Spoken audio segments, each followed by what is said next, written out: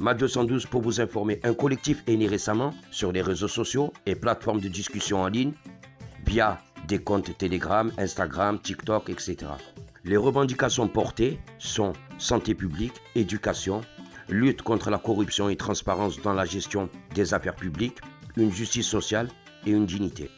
L'identité des initiateurs, on ne sait pas encore clairement qui sont ceux derrière, combien exactement, leur origine et le réseau du soutien. Le mouvement s'exprime surtout dans le cadre national marocain avec des revendications liées à la vie quotidienne au Maroc.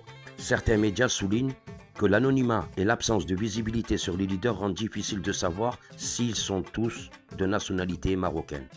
Dans l'histoire marocaine, chaque fois qu'un moment diplomatique clé approche, ONU, Sahara, relations internationales, certains acteurs extérieurs peuvent essayer de créer de la pression interne pour fragiliser l'image de stabilité du royaume.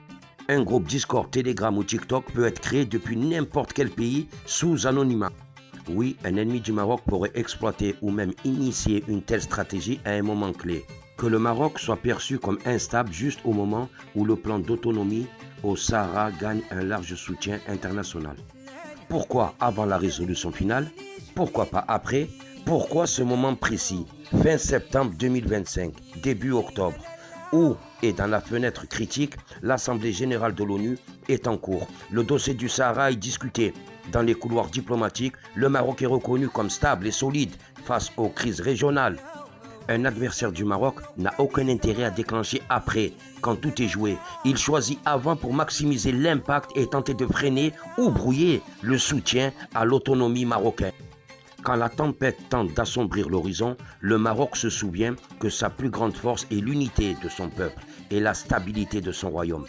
Si cette génération est vraiment animée par un amour sincère pour leur roi et par la conscience des enjeux nationaux, ils auraient pu attendre après octobre 2025. Octobre est crucial. C'est le mois où l'ONU et plusieurs capitales stratégiques vont examiner et probablement consolider la reconnaissance du plan d'autonomie marocaine. Le symbole d'octobre pour le royaume. Octobre n'est pas un mois comme les autres.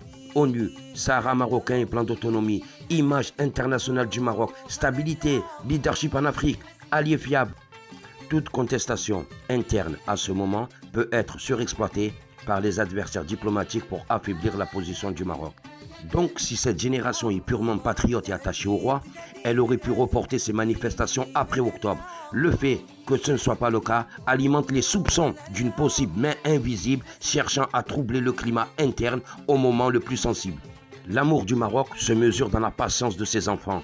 Protéger l'unité avant de réclamer ses droits, car l'avenir du royaume appartient à tous. Quand vient octobre, mois de lumière, où le destin du Sud se joue sur la terre, chaque cœur marocain bat à l'unisson pour défendre son roi, son peuple, sa nation. Certains voudraient semer le doute, éteindre l'espoir sur notre route, mais l'étoile chérifienne brille toujours, guidant nos pas vers des jours plus sourds. Car au-delà des cris, des vents contraires, le Maroc reste fort, uni et sincère. Et chaque jeunesse en paix ou en révolte sait qu'au bout du chemin, la victoire l'exalte.